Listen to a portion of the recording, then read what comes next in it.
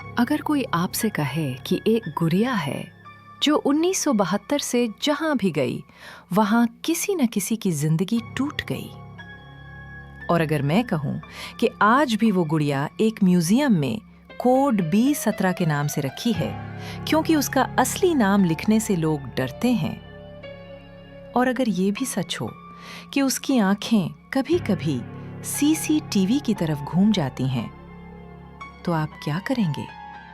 Video skip कर देंगे? बस इतना याद रखना, जिन लोगों ने इसे इग्नोर किया था, उन्होंने भी पहले यही सोचा था कि ये तो बस एक खिलौना है, क्योंकि डर तब शुरू होता है जब आप नजरें हटा लेते हो। 1998 की ठंडी सर्दियों में वेस्ट बंगाल के उत्तर 24 परगना जिले के छोटे से कस्बे बारासात में नगर पालिका के एक बहुत पुराने स्टोर रूम की सफाई हो रही थी। वहीं एक कोने में पड़ा हुआ एक लकड़ी का बॉक्स मिला, मोटी धूल से ढका हुआ। बॉक्स पर लाल स्याही में लिखा था, प्रॉपर्टी चाइल्ड केयर होम 1972। जब बॉक्स खोला गया तो अंदर एक बिल्कुल नॉर्मल सी दिखने वाली गुड़िया थी। न ज्यादा सुंदर न डरावनी, मिट्टी जैसा चेहरा, कांच जैसी आंखें, हल्की नीली फ्रॉक और पीछे हाथ से सिला हुआ एक टैग, लक्ष्मी। उस पल किसी ने नहीं सोचा था कि ये नाम धीरे धीरे एक डर बन जाएगा। 1971 में उसी चाइल्ड केयर होम में एक बच्ची लाई गई थी। उसका नाम रेखा रखा गया। रिकॉर्ड में माँ बाप का कोई नाम नहीं था, बस लिखा था, फाउंड नियर रेलवे स्टेशन। रेखा ज्यादा बोलती नहीं थी, लेकिन हमेशा एक ही चीज उसके साथ रहती थी, वही गुड़िया, लक्ष्मी। स्टाफ ने नोट किया कि रेखा उससे बातें करती थी, जैसे कोई सामने बैठकर जवाब दे रहा हो। आज लक्ष्मी नाराज है, आज लक्ष्मी सोना नहीं चाहती। सबको लगा बच्चा है, इमेजिनेशन होगी। 1972 में घोष परिवार ने रेखा को गोद लिया। पिता सुभाष घोष मैथ्स के टीचर थे, पूरे स्केप्टिक। भूत प्रेत जैसी बातों पर उन्हें हंसी आती थी। मां नीलिमा सॉफ्ट और शांत। घर आते ही गुड़िया को देखकर सुभाष बोले, बस एक खिलौना है, इससे क्या होगा? गुड़िया को अलमारी के ऊपर रख दिया गया। शुरू के कुछ दिन सब बिल्कुल नॉर्मल थे।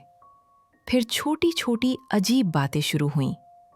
रात को गुड़िया की आंखें कमरे की तरफ होतीं, सुबह खिड़की की तरफ। नीलिमा ने सोचा किसी ने गलती से घुमा दिया होगा।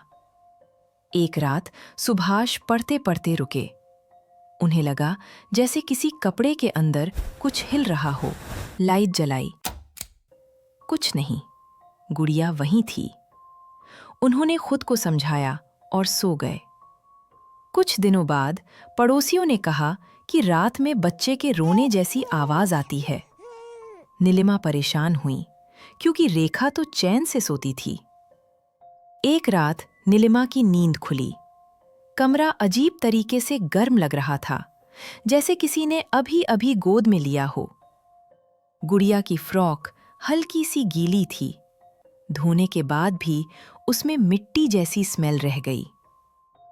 18 अक्टूबर 1972 की रात कुछ ऐसा हुआ जिसे आज तक कोई समझा नहीं पाया।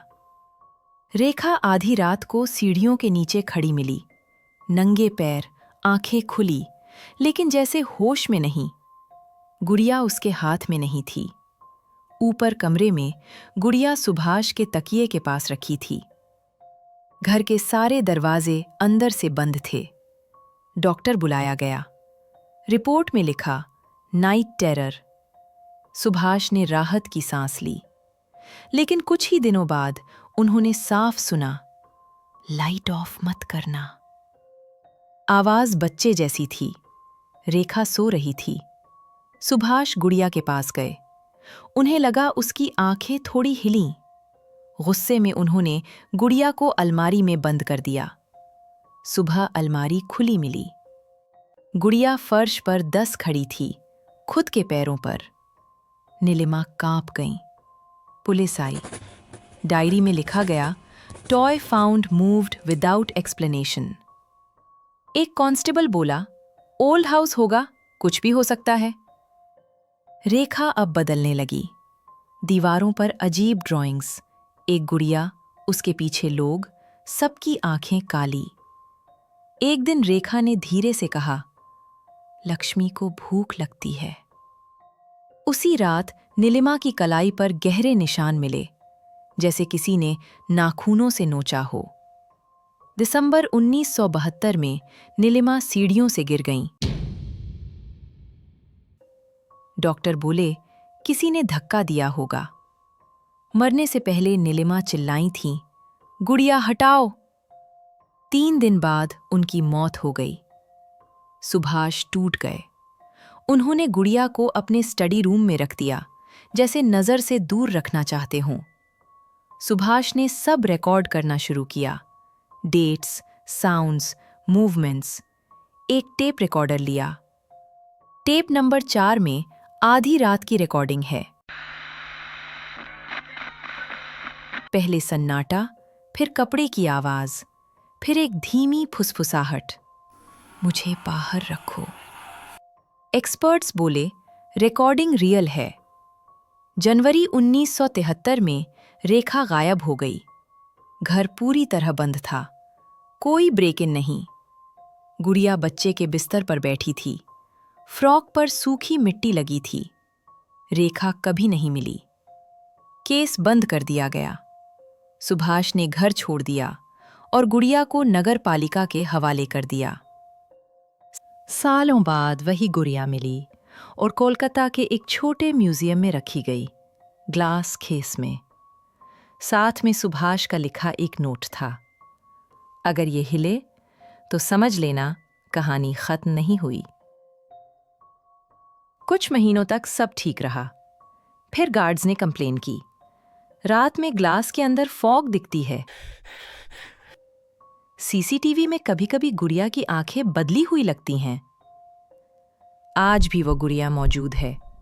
उसका नाम नहीं लिखा, सिर्फ एक कोड है, B17। और अगर आज रात आपको लगे कि कोई खिलौना आपको देख रहा है, तो शायद वो सिर्फ फीलिंग नहीं है। कुछ चीजें अब भी यही हैं, हमारे बहुत पास।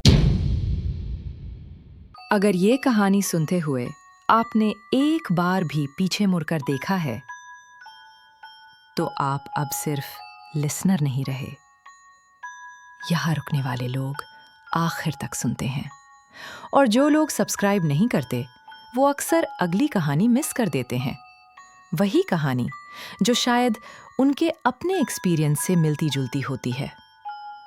अगर आपने कभी कुछ ऐसा देखा, सुना या महसूस किया है जिसे आप आज तक एक्सप्लेन नहीं कर पाए, तो याद रखिए, आप अकेले नहीं हैं।